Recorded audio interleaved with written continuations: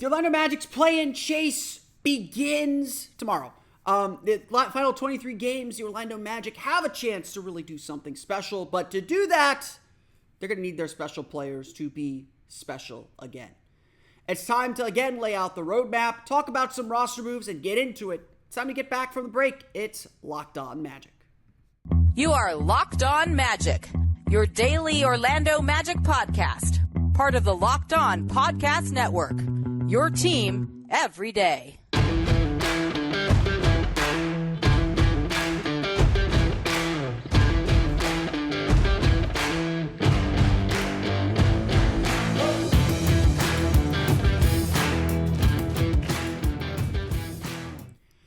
And you are indeed Locked On Magic. Today is February 22nd, 2023. My name is Philip Rossman. I'm the expert and site editor over at OrlandoMagicDaily.com. Of course, follow me on Twitter at PhilipRR_OMD.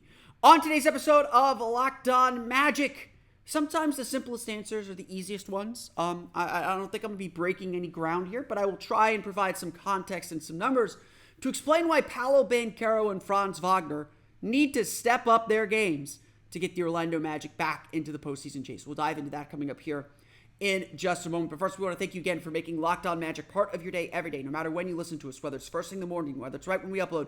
We truly appreciate you making Locked On Magic part of your day every day. Remember, there's a great podcast. There's a great Locked On podcast covering every single team in the NBA. To search for Locked On and the team you're looking for, the Locked On Podcast Network. It's your team every day. Today's episode is brought to you by PrizePicks. First-time users can receive a 100% instant deposit match of up to $100 with promo code LOCKEDON. That's prizepicks.com, promo code LOCKEDON. Before we get into bigger picture stuff, the Orlando Magic did make some news of note on Tuesday as they got back to practice for the first time. It seemed like it was a light practice, nothing too crazy, just get guys back in the gym, back warmed up, out of vacation mode. Didn't seem like anything too crazy. Gogo Batadze did make his debut with the team. He was with the team practicing there. But the big news coming out was that the Orlando Magic have waived guard R.J. Hampton and have converted Admiral Schofield's two-way contract to a full standard NBA contract. This has been a move that has been reportedly in the works for a while. I was personally skeptical that this was the right move for RJ unless he had a team already lined up to go sign with and that could give him some opportunity. Just because, the thing that RJ Hampton needs more than anything else is tape. He needs to play.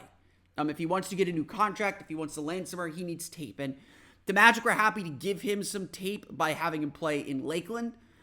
He acted extremely professionally about it and really sought opportunities and took advantage of that opportunity, I think. And honestly, this year, we'll get into this in a bit, but RJ Hampton has done a lot of things the Magic have asked of him this year without any of the reward, and he deserves a lot of credit for the way he's handled himself, the way he stayed ingrained with the team, for the way he stayed with the team. There's a lot to be encouraged about with the way that RJ Hampton has approached this season and approached the kind of adversity that he's faced this season, just falling out of the rotation, kind of being squeezed out by all the young talent that this team has. And look, he is not going to be the last guy with this young group that's going to face this problem until the Magic consolidate some guys and try and build the roster up a little bit outside of all the young players that they have. But Hampton needed tape more than anything else. If he's going to play in the NBA, teams need to see him play. It's, again, the Occam's razor. The simplest answer is usually the correct one. And we saw RJ Hampton get, not just unable to get opportunity here. And it was not him. It was not his fault. It was not because of his play. It was simply because the Magic have too many guards they are invested in that also need playing time. Cole Anthony needs playing time. Caleb Houston needs playing time. Markelle Fultz, Jalen Suggs, they all need playing time. And that just put Hampton's development on the back burner. Hampton, once he clears waivers, will reportedly sign with the Detroit Pistons.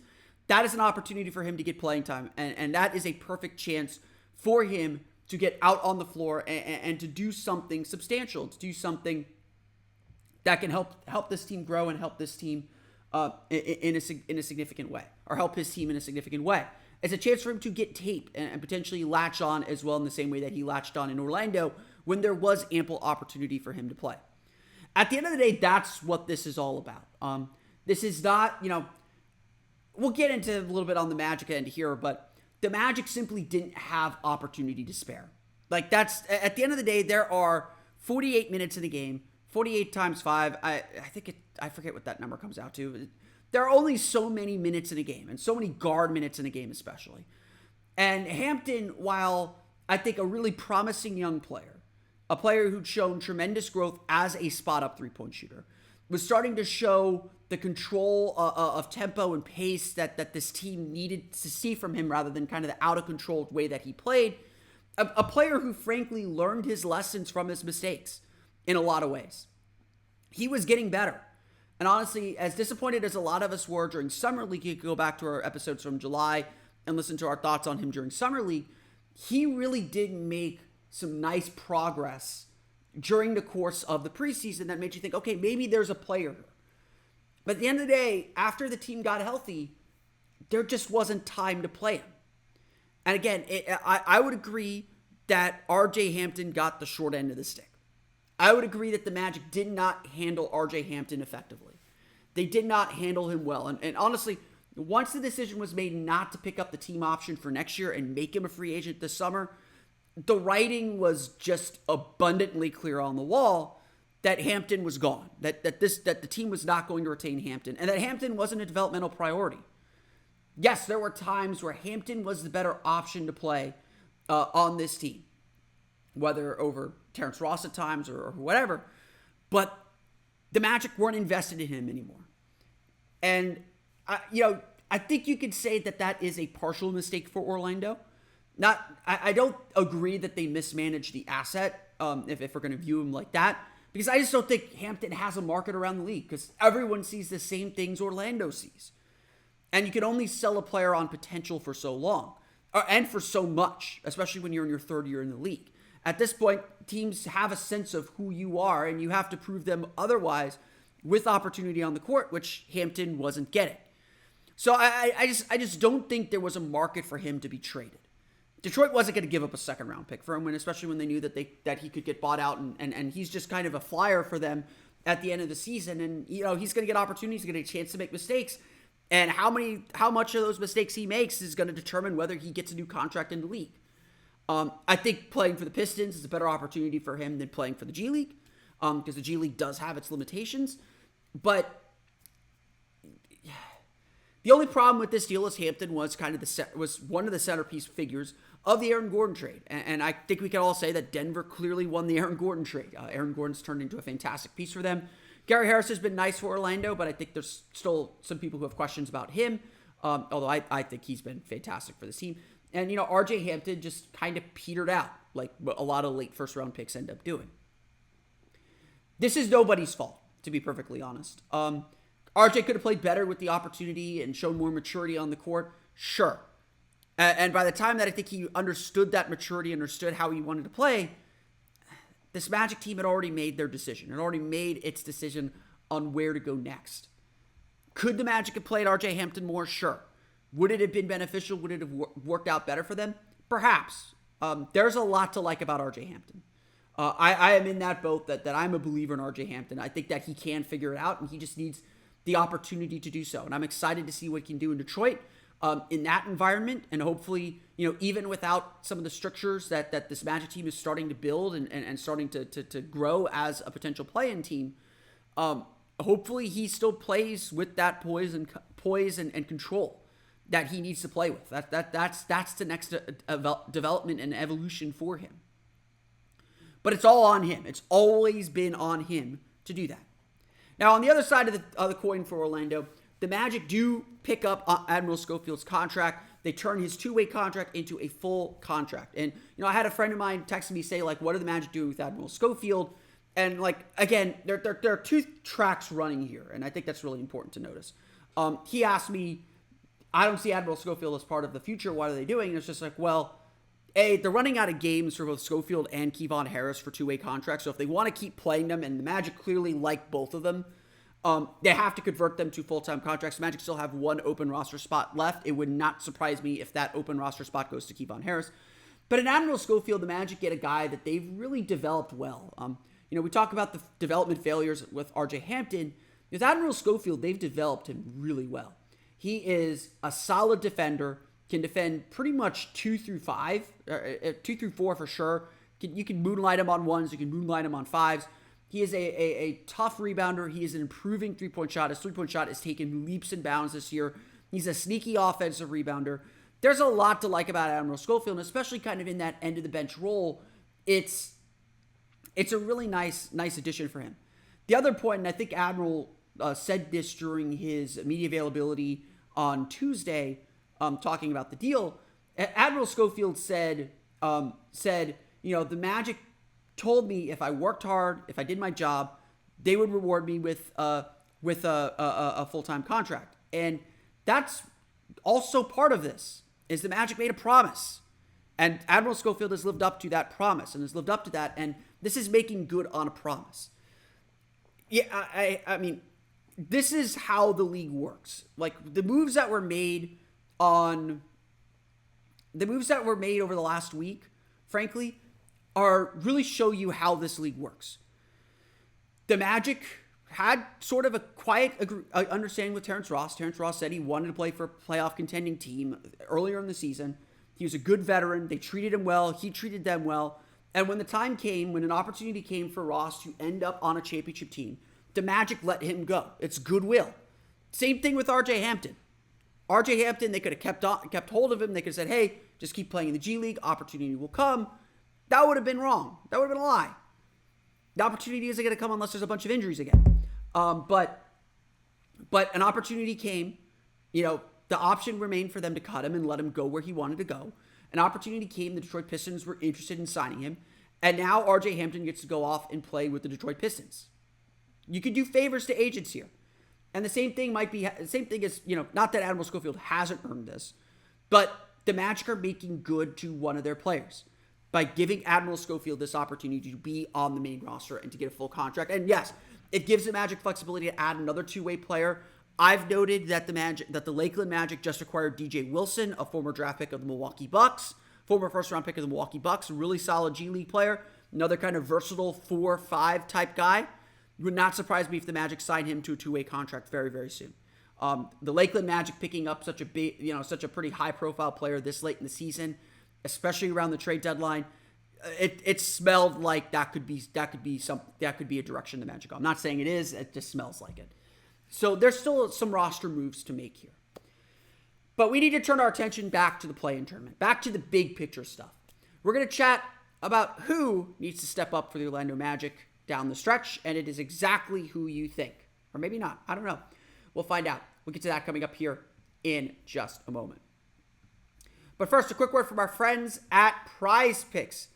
The NBA is getting set to start back up tomorrow. We're in the stretch run to the NBA playoffs.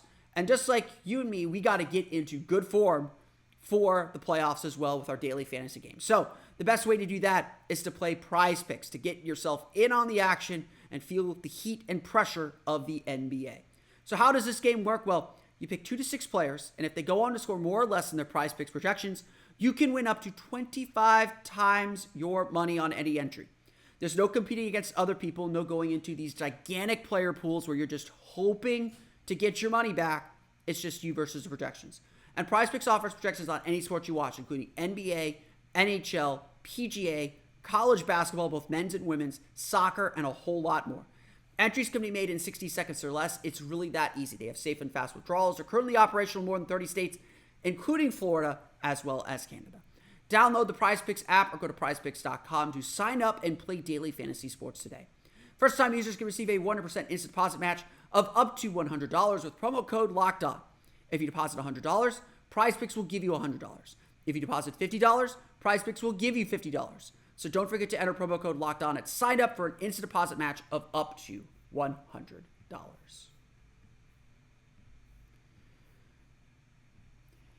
The NBA postseason chase is on. We got 23 games left this season. It's going to go by really fast. This is going to be speed demon round. This is going to be a speed round of games coming up. It's going to come fast. It's going to come hard. It's going to be a lot. And it's figuring out what the Magic need to do to make the play-in chase is both very, very complex, but also very, very simple. This is a star-driven league. Like, no getting around it. And the Magic lean on their stars pretty heavily. Both Paolo Banchero and Franz Wagner lead the team in minutes played, or in minutes per game. They lead the team in scoring. Even now, they're leading the team in scoring with what I'm about to say here. Other parts of this team have stepped up in major ways. In major ways. And the Magic have been very good with Paolo and Franz on the floor together. For the season, the Magic have a plus 0.5 net rating with Paolo Banchero and Franz Wagner sharing the floor, coming with a 112.2 offensive rating, 111.7 defensive rating. Before we get anywhere else, that's just proof of concept that the Magic do have a solid pairing. In fact, it's interesting to note here, too, that the Magic have really gone out of their way at times to make sure that Paolo and Franz get a lot of minutes together. Now, you expect starters to play a lot of minutes together, so it's not so surprising. But here are the numbers. Paolo Banchero and Franz Wagner, as a duo, have played 1,173 minutes so far this season. That accounts for 60.9% of Wagner's total minutes and 66.9% of Banchero's total minutes. Now, obviously, Wagner played a lot of time with Banchero out with the injury. Wagner's also playing with those bench units, so that explains some of it. But at the end of the day, the Magic are pairing their stars together a lot. And again, it's been mostly successful. It all highlights how critical Wagner and Banchero are to this team's future. At the end of the day, the play-in chase doesn't matter. The Miami game is a perfect example of what the Magic are showing really matters to this team. The Magic are showing what really matters is getting these two guys on the floor together. Getting these guys to play with each other more and more and more and more and more. The Magic ran their offense through Paolo Banchero at the end of that Heat game, and it was a disaster. But this failure is okay, because Paolo has to learn how to finish games. Because at the end of the day, in the playoffs, when the Magic do get in the playoffs, whether it's next year, whether it's the year after, that's going to be Paolo Banchero's role. That's going to be what he ultimately has to do. So the Magic, as much as we want to talk about the play-in tournament, and we will be critical when the Magic give the ball to Paolo Banchero and he struggles late in games, and they lose late in games, and that costs them a play-in spot. We will be critical and note it, but it's also part of the bigger picture. Regardless of any of that, that's clearly the goal. But the Magic still need more. And as they're trying to make this play-in push, as they're trying to take this next step, as they're trying to inch their way forward, they need more from their two best players. Banchero's officially dipped under 20 points per game for the season, averaging 19.9 points per game. Wagner has slowed down too at 18.9 points per game. In the last 15 games, Banchero's averaging 16.9 points per game on shooting splits of 36.6, 18.6 from deep, and 73.6 from the line. His free throw attempts have gone down to a paltry 7.1 per game. Wagner, in the last 15 games, is averaging 14.9 points per game with shooting splits of 46.6, 39.3, 75. So essentially, where Banchero's slowed down is, he can't shoot anything outside the paint. He's getting a little bit fewer free throw attempts. He's settling for his jumper. And his ISO-heavy style, I think what we're seeing from Banchero lately is kind of the concern we had from him in the draft process is, is he going to slow the offense down? Is he going to be too much of an ISO player? Can he be an elite ISO player? And, rookie year, jury's still out on that, but very clearly it's not working right now. And the Magic have to find ways to get him easier shots and get him into the flow a lot quicker. Wagner's big issue has been his shooting at the rim has decreased dramatically. I don't have the numbers in front of me, but his lack of efficiency, because his three-point shot is still relatively there. He's missed more free throws than he usually does. He's usually up in the 80s. But his field goal percentage has dropped dramatically, and that's because a lot of those floaters and runners that he usually makes aren't going down right now. The good news to all this is in the last 15 games, though, the Magic are 8-7. They have the top scoring bench in the league. They have been able to stay in the play-in chase. They've been able to keep themselves in the running for this thing. But obviously, Banchero and Wagner, the Magic's two key players, are the missing ingredient. And this shows up most in those close games. As fun as Cole Anthony is, and he's a lot of fun. As fun as Jalen Suggs is, and he's a lot of fun. As fun as Jonathan Isaac and Mo Wagner and Markelle Fultz are to this team, they still need Paolo Banchero and Franz Wagner. And so it's time to put the pressure on the stars. It's time to tell the stars, you need to get going. You need to play at a higher level. You need to give this team more if they're going to take that important next step. If they're going to actually be in the play-in race. If we're just going to talk about the play-in race, or if we're actually going to make up ground and be in it. It's going to take 38 wins, at least, to make the play-in tournament. To get to 38 wins, the Magic would have to go 14-9 the rest of the way.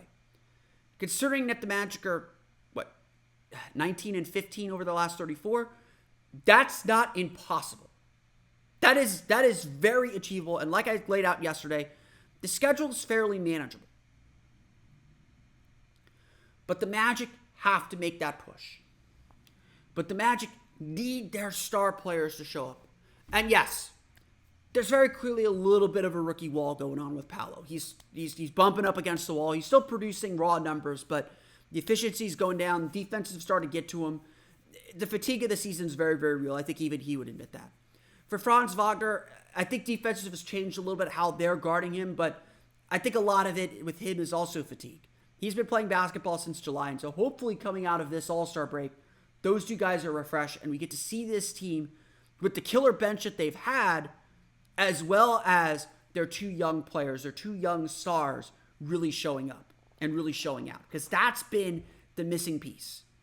Orlando's been able to get themselves to the door, but they need their two stars to walk them through it.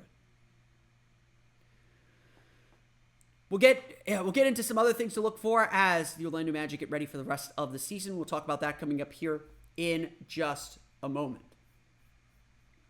But first, a quick word from our pals at Built Bar. Looking for a delicious treat, but don't want all the fat and calories?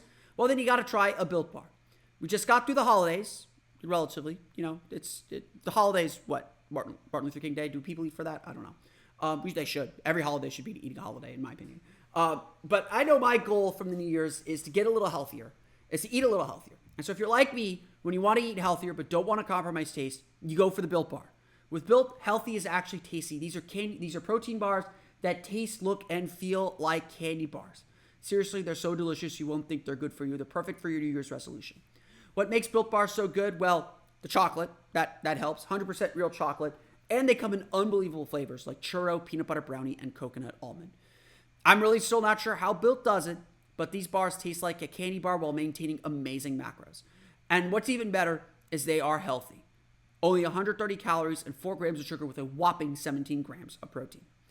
And now you don't need to wait around to get a box. For years, we've been talking about ordering your Built Bars at Built.com. Now you can go get them at your local Walmart or Sam's Club. That's right. Head to your nearest Walmart today, walk to the pharmacy section, and grab yourself a box of Built Bars. You can pick up a 4-bar box of cookies and cream, double chocolate, or coconut puffs. If you're close to Sam's Club, run and grab a 13-bar box with the hit flavors like brownie batter and churro. Thank me later. Check them out today. Built Bars, the protein bar that tastes like a candy bar.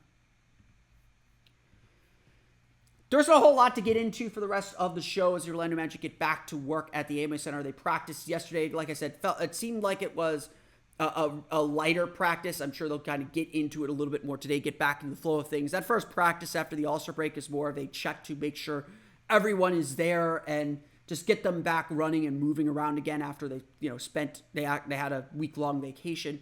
But we are very much in the sprint to the end of the season. We're very much now in the hunt, and every game is going to feel pressure. And, I think it's really important to note that. A big chunk of my podcast yesterday was talking about shifting expectations.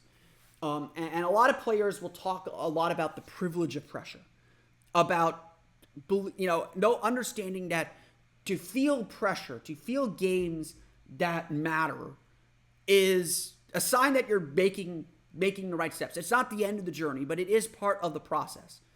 And so what we're about to experience here in these final 23 games is going to be a mix of frustration, but understanding. For the Magic, it's understanding that this team has already made significant progress. To be in this spot where the Magic are playing meaningful games after the All-Star break, that was a goal at the beginning of the season. Now, what you don't want to happen is to see the team fade. We want to be in games in April. We want to feel this pressure. And so what's really important right now is to embrace the pressure. Yes, be critical when things go wrong, when players don't step up, or note when players don't step up. Learn and understand and take notes of how these players respond to pressure. Because at the end of the day, that's when you really learn who a player is. When the pressure's on. The last few years, this time of year, you're scrambling for things to talk about. The games don't matter. You're holding on to morsels of hope. But when games do matter, when they do have pressure, when they do have meaning, that's when you understand who players are. That's when we're going to learn just how good Markelle Fultz is and whether Markelle Fultz could be a leading guard. There's some debate about that. We're going to learn how much Cole Anthony embraces the sixth man role. At the end of the day, what we will see here in the next month and a half to the end of the season, 2 months to the end of the season now, what we're going to see is who this team really is. Nothing exposes your team's weaknesses like the playoffs. And obviously we're not in the playoffs yet. But we can already see in some of the close games and the kind of the playoff atmospheres the Magic have played and what's keeping them from taking that next step, what this team is going to need to take that next step. We all assume it's shooting. That's pretty safe. But for this Magic team to understand it, to see it in pressure situations, to see what they're missing, even if it's obvious, is really key. And that's what the rest of the season's about. Yes, be critical if the Magic don't make it or if the Magic don't gain ground. And I think that will tell us a lot too. But all of this is information gathering. This pressure, the privilege of this pressure is information gathering for the rest of the season. Or for not just the rest of the season, for the offseason, when we do expect the Magic to make a more sizable leap. It's going to be fun. I'm not going to lie. I am really excited for the rest of the season. I'm really excited to see how this team responds to this pressure. Are we going to have a 2006-like run where, yes, the Magic start their run a little late, but we're clearly laying the groundwork and we're a prelude to what they were going to become in 2007 when they broke through, made the playoffs, and then took off from there, winning the division in 08, going to the finals in 09. That's the progress train we're on. I may dive a little bit deeper into that 2006 run. I don't think people know. I don't know if people remember that run particularly well, but that was a crazy run that really showed us who this team could be. It's gonna be a fun ride, and so yes, I think we should fret and worry about every individual game, but also take a step back and understand that this is all just a learning experience. For everybody, coaches included. It's not still about each individual game, as important as each individual game is. It's still about the big, big picture. And that's the point with Paolo and Franz. That's the point with everything. There's still a bigger picture to achieve out there. I want to thank you all again for listening to today's episode of Locked On Magic. Of course, find me on Twitter at @PhilipRR_OMD. Subscribe to the podcast on Apple Podcasts, Stitcher, TuneIn, Himalaya, Google Play, Spotify, Odyssey, and all the fun places to download podcasts to your podcast-enabled listening device. For the latest on the Orlando Magic, be sure to check out OrlandoMagicDaily.com. You can follow us there on Twitter at @OMagicDaily. Now that you're done listening to us, be sure to check out the Game to Game NBA podcast. Every moment, every top performance, every result, Locked On Game to Game covers every game from across the NBA with local analysis that only Locked On can deliver. Follow Game to Game on Locked On NBA, available on the Odyssey app, YouTube, and wherever you get podcasts. That's going to do it for me today, though. I want to thank you all again for listening to today's episode of Locked On Magic. For Orlando Magic Daily and Locked On Magic, this has been Philip Rossman-Reich. We'll see you all again next time for another episode of Locked On Magic.